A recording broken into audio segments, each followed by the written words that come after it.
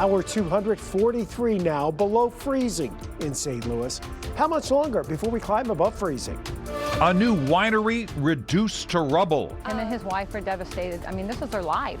Tonight, the owners vow to rebuild. Our top story, felony suspects caught lurking in a Warren County yard. It was very unsettling. The traffic stop that turned into a day-long manhunt and had neighbors on high alert. Tonight, one person is behind bars, two remain on the run. Thank you for staying up for a late edition of 5 on Your Side at 10. I'm Mike Bush. The manhunt started overnight in Warrenton after a driver used their car as a weapon against a police officer. Tonight, only 5 on Your Side's Melanie Johnson spoke to the witness who caught the suspects on camera.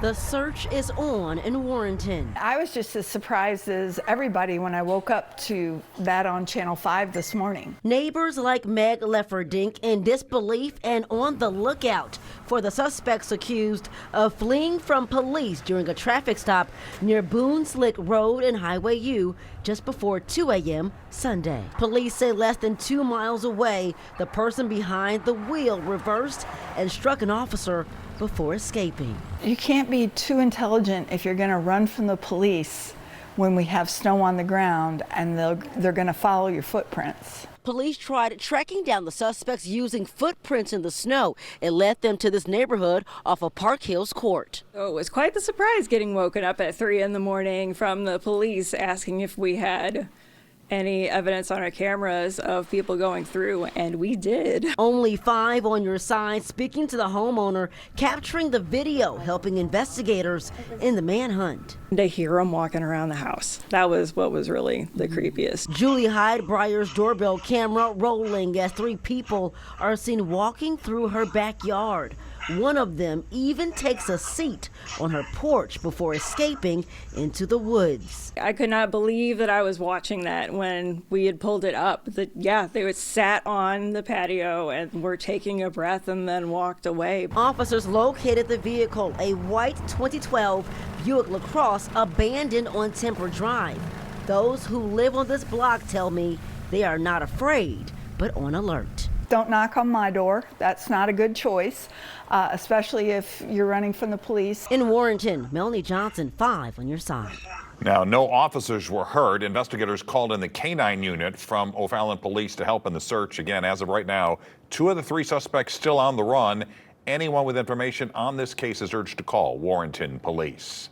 All right, turning now to your weather impact forecast. Another cold night with some light flurries. Chief Meteorologist Scott Cottle says we are done with the extreme cold and we're going to get above freezing tomorrow. Right? We get above freezing tomorrow. We're thinking right around noon. Can't wait. Okay, I mean, we're really excited about this. We still have snow on the ground across the area.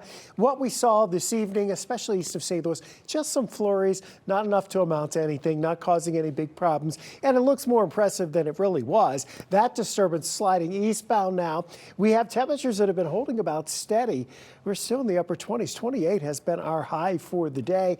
There are more clouds dropping out of Iowa. So odds are we're going to stay mainly cloudy through the overnight hours. So as we look at our weather impacts here for the next couple of days, we know we have a lot of cold weather that we've dealt with. There's a lot of ice in the river. There's still snow on the ground. The flurries are ending now in Illinois. There may be a few flakes, a few raindrops on Tuesday. It is not going to be a big deal. No impacts tonight, very little, if any, impacts on Tuesday. And we may hit 50 degrees in the next 10 days. May. We'll talk more about that in a few minutes, Mike. All right, Scott. Tonight, an investigation is underway into a fire that burned a new winery to the ground. The 4-alarm fire early this morning required a massive response due to the frigid temperatures. 5 on Your Side's Laura Barczewski is just back from the winery, located about 20 miles south of Herman. She spoke with the fire chief and the staff of Wynwood Bay Winery about this heartbreaking loss. A mid-Missouri couple spent 2 years restoring several decades-old buildings to turn them into Wynwood Bay Winery in late August, early September in the small town of Bay, Missouri, just outside Herman. So we haven't been open real long, but enough that everybody really has enjoyed it and is very thankful. General Manager Vicki Tate says when she left Saturday night at 11, she had no idea she'd be returning 2 hours later to the entire winery on fire. And we had a real big event, a really nice event, Murder by Mystery, and we were just packed and people had so much fun and everything. So unfortunately, than this, but at least nobody was in the building, nobody got hurt, and we can't thank the fire department enough. Owensville Fire Chief Jeff Arnold says they responded just before 2 a.m. Sunday, along with about 17 other agencies. We could see the fire when we were leaving the city limits of Owensville. Chief Arnold says fighting the blaze was challenging for several reasons, including because of the structure itself with large wooden beams. The one with the temperature and one, our closest reliable hydrant was all the way back here in Owensville, so it was a great distance to get back to the hydrant to be able to refill. So we were going through quite a bit of water at first, so we need to have the extra tanker trucks there for water supply. He says unfortunately it's a total loss, but state officials are working to piece together what happened. It's cause undetermined by the state fire marshal's office. When I arrived, the fire appeared to be maybe started in the kitchen area, was on the back side. Well, everything they worked for here at Wynwood Bay Winery has been reduced to rubble. The fire did not go out in their hearts to continue on, rebuild, and bring the community back together. Mr. Quick said, give him 8 months. Him and his wife are devastated. I mean, this was their life. You know, they were here all the time, helped, did anything. You know, it's something we wanted to give to the community. Reporting in Bay, Missouri, Laura Barcheski, 5 on your side. The staff says they're going to have to reschedule some events, and the best way to get updates is to keep up with their Facebook page. We have that link on KSDK.com. Right now, St. Louis police are investigating 2 deadly overnight shootings that happened within hours of each other. A woman is now in custody in connection for the shooting death of a man in downtown St. Louis. This happened around 2:30 this morning on 9th Street near the old post office. Police tell us cameras from the Real-Time Crime Center led to the arrest. They have not yet released a motive. And just before midnight, police found a man shot inside an SUV on South Broadway near Nebraska in South City. Investigators say he was shot a few blocks away on Itasca and was driven there. No arrests have been made. Anyone with information on these shootings can call Crime Stoppers at 866-371-TIPS. You will remain anonymous. Tonight, we're hearing from the family of the latest detainee to die inside the St. Louis City Justice Center.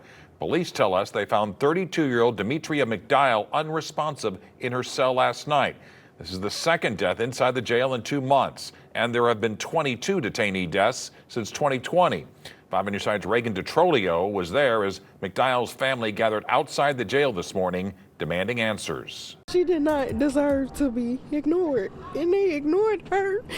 They treated her bad. Marilyn Jones is drenched in tears over the death of her 32-year-old sister, Demetria McDial. She was a loving, caring sister. Investigators say McDial was found unresponsive around 5 p.m. Saturday. McDial was then taken to the hospital where she died. The cause still unclear. Her family says she should have never been behind bars in the first place. She did have mental issues. They definitely kept my sister in here knowing that she had a mental state, and they could have transferred her to a mental facility.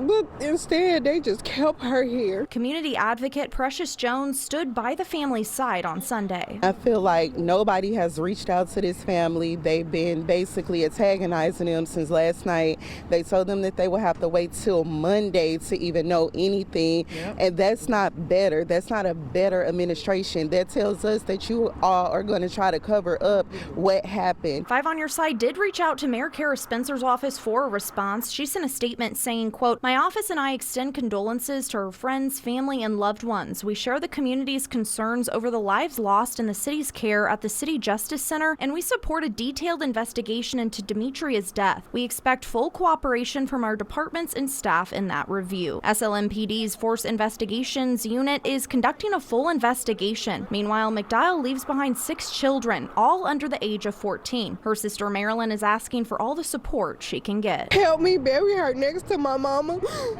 That's where she needs to be. Reporting in St. Louis, I'm Reagan DeTrolio, 5 on Your Side. According to court records, McDial has been detained before on other charges. Taking big punches at Parkinson's. My goal is to fight the demon, fight the disease, live life to the fullest. The local program giving patients the physical and mental strength to fight a debilitating disease. Sleeping lizards, the weather phenomenon in Florida causing it to rain iguanas. They're picking strawberries in Florida as fast as they could Friday ahead of the big freeze down there. Here at home, we get a break from the bitter cold. We are back to track the next weather system that stays mainly to our south. Making a Difference is sponsored by Midwest Bank Center. Some battles don't show up on a scoreboard, but they still require grit, discipline, and heart. In tonight's Making a Difference report, we introduce you to a group of St. Louis area fighters taking on their toughest opponent. Here we go. Over and back, over and back, over and back. Some fights don't need a ring, just a reason. Chin up, keep hitting. At the Lodge of DePere, the punches aren't thrown in anger, they're thrown at Parkinson's disease. One jab at a time. Good, good. This is Rock Steady Boxing. Come on, come on. A weekly reminder that the body may shake, but the spirit doesn't have to. Without fail, every time that I come, I'm so happy that I did. 15 more seconds. Sharon Helcomb, a former flight attendant, was diagnosed with Parkinson's in 2018. Keep rolling. In here, her story, while personal, is familiar. And let's go, right here, 45 seconds of work. And this program is what 72-year-old Alan Field calls training with a target. Come on, you got it. Nice work, Alan, nice work. Parkinson's is like a demon. It can want to take over your body and control it. My goal is to fight the demon, fight the disease, live life to the fullest. There we go. We got it. And the person leading that fight?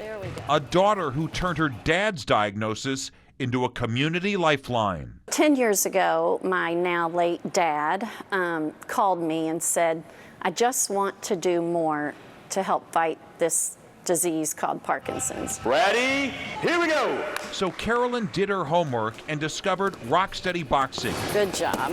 A program that uses the sweet science to battle a bitter disease. Chin up, chin up, chin up, chin up. She partnered with trainer Brent Meyer to bring it to St. Louis. When I see someone struggling with anything, whether it's mental or physical or both, I just always think to myself, what can I do to help this person? Ask Carolyn and Brent what makes Rock Steady special, and they won't start with boxing. They'll start with belonging. At the end of the day, it is the precious community that has formed. It's my family, these are my friends. And that belonging isn't just emotional, it's practical. Because Parkinson's has a way of shrinking a life quietly, day by day. 10 seconds. But in this room, they're building it back, one movement at a time.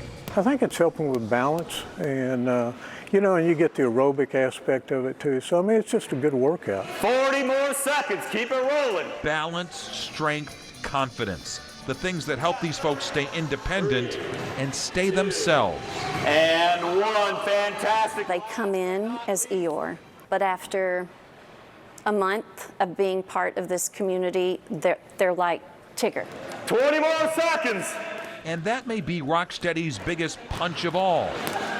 Not stopping Parkinson's, but refusing to let it win. Always fight. Always fight. Stay strong for life. Good job, you guys. Good job, good job, good job. We will see you on Friday. And all of those boxers must be medically cleared by their doctors to take part. A reminder, if you know someone making a difference for others, let me know by email at mbush@ksdk.com. Well, the Arctic blast has reached South Florida, and it's too much for some cold-blooded creatures. People went around today picking up frozen iguanas that fell from trees. When temperatures near freezing, the lizards get sluggish, stiffen up, and lose their grip on branches. While the reptiles look lifeless, the warmth of the sun usually revives them. Chief Meteorologist Scott Connell joined us now with the weather impact forecast. If iguanas were around in St. Louis, they would have fallen a long time ago. You're not kidding. But we are warming up. We're going to warm up a little bit. Remember how January started? You know, we were right around average at the beginning of the month, and then we had all those warm days, and then we negated that here at the end of the month. We ended up being 2.2 degrees below average, 29 for the high, 29.2 degrees. Only 99/100ths of an inch of melted snow and some other assorted little rain here and there. But the total precip for the month was still over 1.5 inches below average. All right, this is a really busy graphic. The biggest thing to point out here, 42 is our average high today, 50 by the end of the month. We'll take that. And we're gaining 55 minutes of daylight during the course of the month. Those are the big things to take away. You can see that on social media. In this point, we're kind of looking at the clouds, still have this upper flow out of the northwest. Now, the bulk of the really cold air has shifted east. These snow showers that have been off to the east of us, not causing any big problems tonight. You had a little coating around Salem, up towards Litchfield. Otherwise, it's just mostly cloudy. We're dropping back into the 20s. We expect temperatures tomorrow to go back into the mid to upper 30s. So around lunchtime, 1 o'clock, we go above freezing. That would be the first time since Thursday, what was it, 23rd? Yeah, at 8 o'clock. Between 7 and 8 o'clock, we drop below freezing, and it's been 240, almost 241 hours now. All right, tomorrow morning, there's a front to our north that's kind of dropping in. There's also a little disturbance coming by to the south. Those two try to team up on Tuesday, give some of us a little chance for some flurries. I think most of it's going to be south and east of St. Louis. And again, very limited in terms of the actual output of amount of liquid. So we don't expect it to be a big impact for us at all. Now, maybe as you get over towards Louisville, maybe doing something a little better there. But that's going out of our area. 28 degrees right now. That's our high for the day. It was 4 this morning. It's down to 8 below in Chesterfield. All right, we threw in, since you stayed up late tonight, we thought we would give you the 10-day forecast. Also, because you stayed up late, and we're really hopeful people, we are talking about the potential next week of getting back to around 50. Computer models want to drive us into the 50s. Since we still have snow on the ground, it's been so cold, kind of going to see if we can get that snow to melt before we buy into that. But we are above freezing for the next couple of days, and there's no bitter cold air in this 10-day forecast. Time to go on the move. I'm Paul Cook, your traffic guy from Today in St. Louis.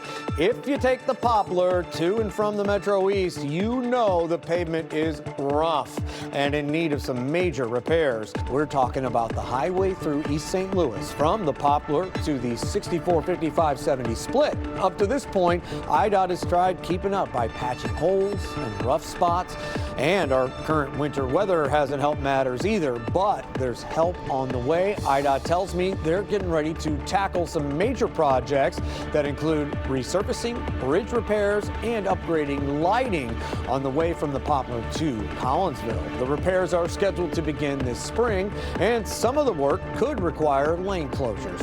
When this work happens, expect the westbound I-64 ramp to westbound 70 to be closed for about a month and a half. I'll keep you updated on the timing for that. And some good news. IDOT says the lighting improvement project that started early last year is expected to wrap up this summer. It's always difficult to bring a patient mindset to the road each day, but it does work. Stay safe out there. Paul Cook, 5 on your side. Countdown to the games, the Olympic centerpiece getting a final polish.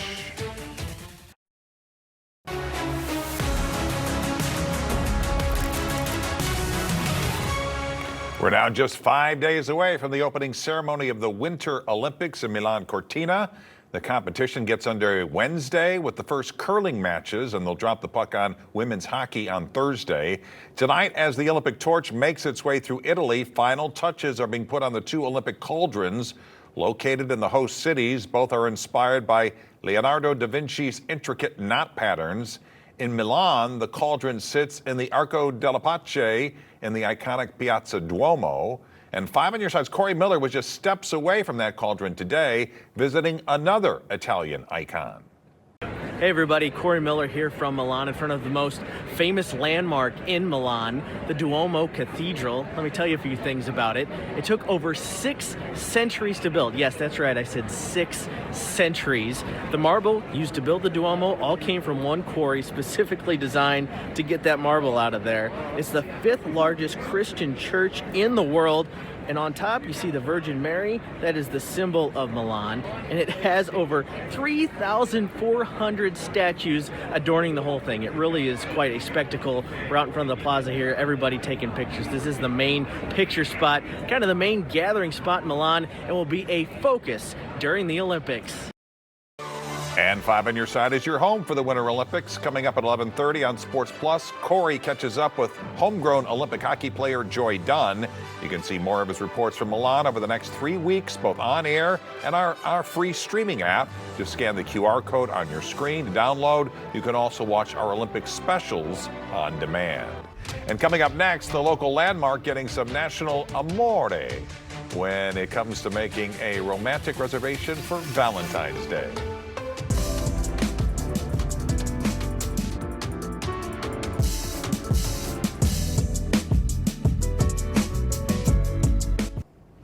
Well, Super Bowl 60 is just 1 week from tonight, and just a few hours ago, the team planes for both the Seattle Seahawks and New England Patriots landed in Northern California. Tomorrow is Super Bowl opening night, where players will make their only public appearance before the big game. Of course, you can watch Super Bowl 60 next Sunday right here on 5 on Your Side. So with less than 2 weeks from Valentine's Day, a popular website is showing some love to a St. Louis favorite. Open Table has named Charlie Gito's on the Hill as one of its top 100 romantic restaurants for 2026. It's the only Missouri restaurant on the list. The online reservation service says the local landmark offers an authentic Italian dining experience with a warm and elegant ambience. And Scott has a final check of our weather impact forecast when you get up in the morning. And you know, we're going to be talking about temperatures that are still probably around 20 or so tomorrow morning, but then we go back into the mid to upper 30s in the afternoon. Yes, there's a fair amount of clouds, but it's mainly dry. There's no really cold air. Yes, I know, 15 Wednesday morning, 15 Thursday morning. Sounds cold. It's cold, but this morning we were down to 4 degrees in St. Louis.